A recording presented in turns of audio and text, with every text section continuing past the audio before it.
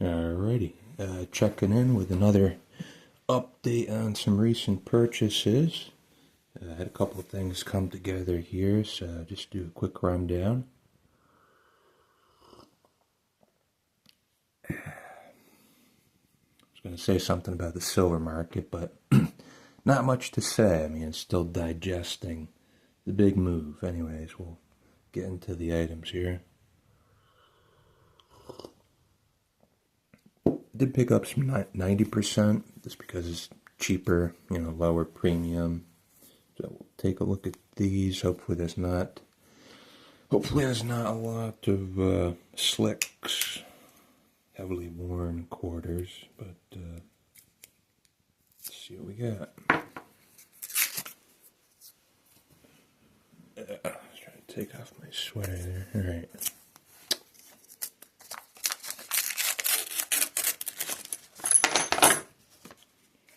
Yeah. Look okay. This one looks clean. What's up with that one? Whew. Wow, what the heck?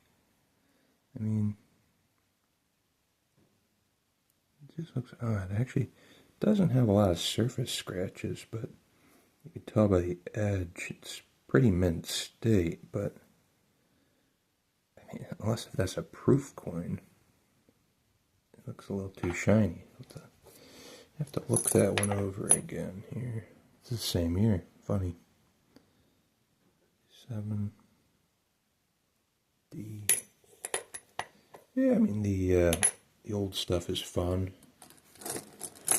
Fun to look at, go through. And these are in pretty good shape actually, so I'm happy with that. I think these came from Monument. So here's first year of mintage. How's about that?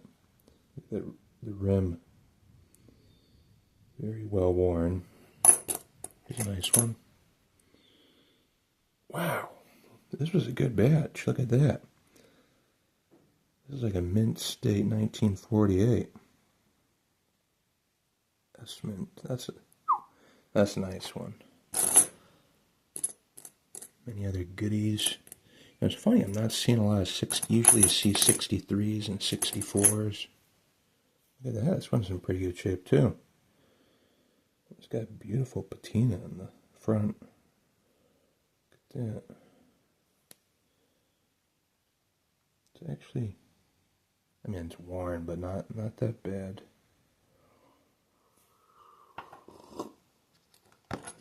I know I'm wasting your time looking through these quarters, so we won't waste too much more time on it, although it is kind of fun looking at these. This one's pretty well worn. Look at this one. See, this is how they should look. Mints. Oh, wow, 1950. Holy smokes. That's a beauty. Gorgeous Essman. I have to check my coin book and see if any of these aren't some rare dates. Now, this was a good, that's a pretty good roll of quarters. I'm not, it's one thing, like sometimes you get the Merc dimes and they're all slicked up. But I'm pretty happy with these. That's pretty good now.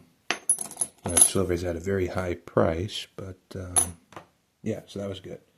This one actually I had to get on eBay. Yeah, I've been collecting this series, and I kind of went on a little bit of a hiatus with the silver price stagnating around 30, and I totally missed the final release of this Egyptian God series by Provident. The website Provident Metals had these, and I had most of the new. They kind of had like part 1, which was like the mid 20 teens, and then they did like a part 2, I think around 2020, and I had most of the new second series. I think this is a wonderful design, and I believe that's the god Ra. But I wasn't a fan at first. They usually had all matte, like a full matte finish on both sides. And then I could tell on some of the last ones they were toying with like putting a polished surface on part of it. The ones I had where they attempted that, I didn't think it really added to the design, and I think it actually took away from the design. But this one, totally the opposite. I mean, this feels like an Egyptian design, how they have those like blue skies of the dark night with the stars, and just that finish on there looks wonderful, just gorgeous. And I guess they take the boat to the afterlife. I think that's kind of what it's showing there. And then on this side looks like some kind of scarab beetle. Usually this side they'll have some related animals and deities or stuff related to that god. I think, well, the god of Ra, I think he wore like the two hats of the two crowns, the upper Egypt and lower Egypt, which I think was like the falcon and the snake. This one has a falcon and a owl or something, but just a super cool design. I just love that. Paid a pretty penny for that. I don't even want to say what I had to pay on eBay secondary market, but I got a whole bunch of the other ones, so I could flip some of those later. Speaking of the 2-ounces, I added these. You know what? I'm going to try to take this out. Don't really want to touch these ones, but I do want to take a closer look at them. So, and I think this, flip is already broken. So, the Royal Canadian Mint, they do a great job. Well, they do a great job on everything lately, ever since they got rid of milk spots. Just a great, gorgeous design. Although I think he, unfortunately, might have a scratch there. Maybe not. But wow. Camera doesn't want to focus on it, but $10, 2 ounces. This one is the Bull and Bear. I thought that was a really cool design. These are just a great chunky 2-ouncer. Give you a better look there. 2025.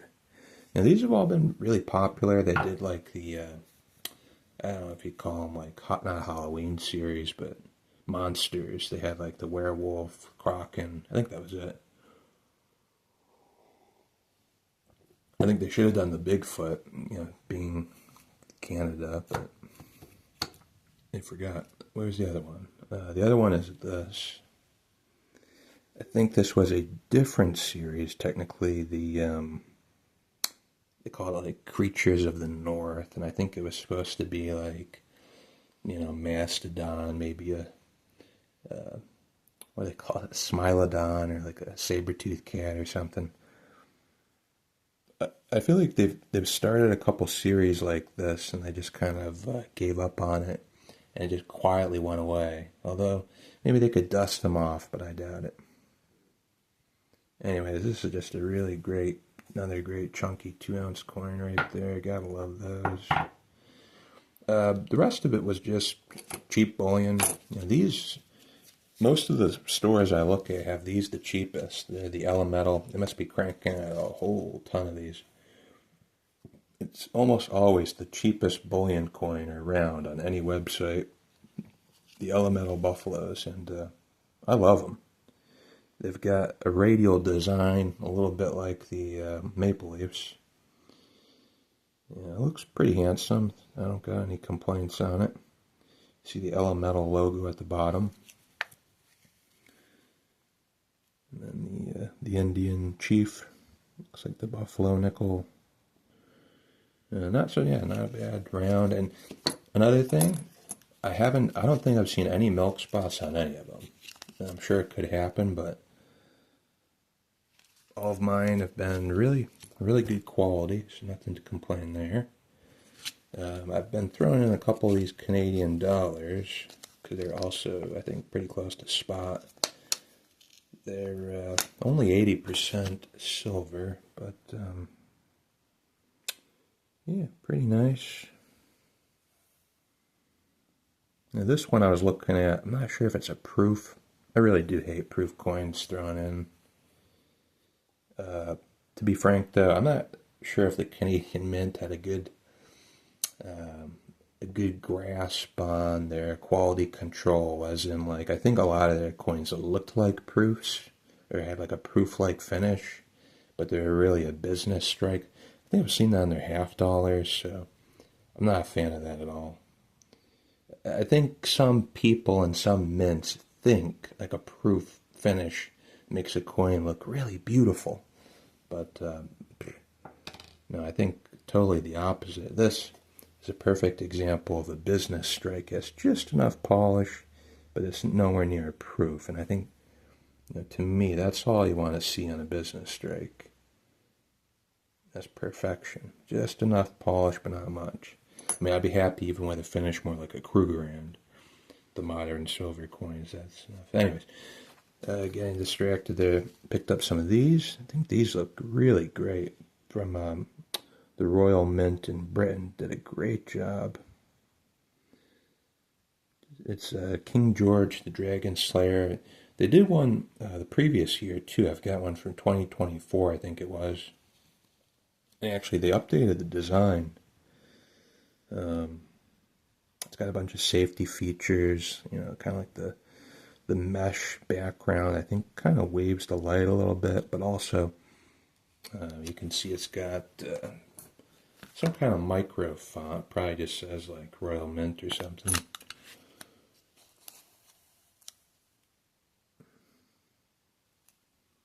Dun, dun, dun. It's too far for the camera. What does it say?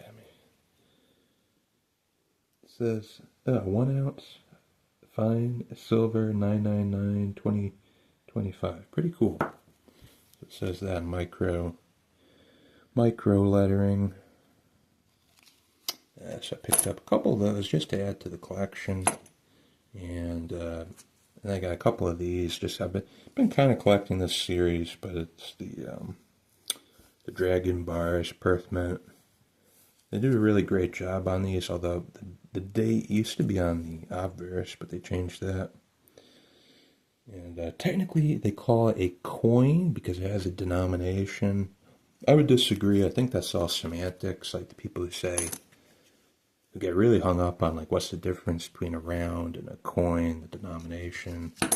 I mean, with the British, their sovereign doesn't have a denomination. Everybody knows it's £1.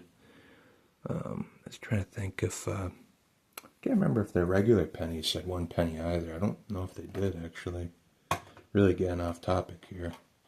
I think I have a penny on my desk. Let me check. I think it does say penny. Well, the Australian penny did say penny.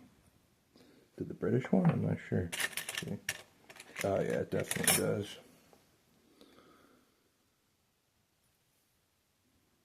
But yeah, I mean, there's definitely coins that don't have a denomination, though. So, and I think people know what a coin is. It's a round piece of monetary metal as a coin.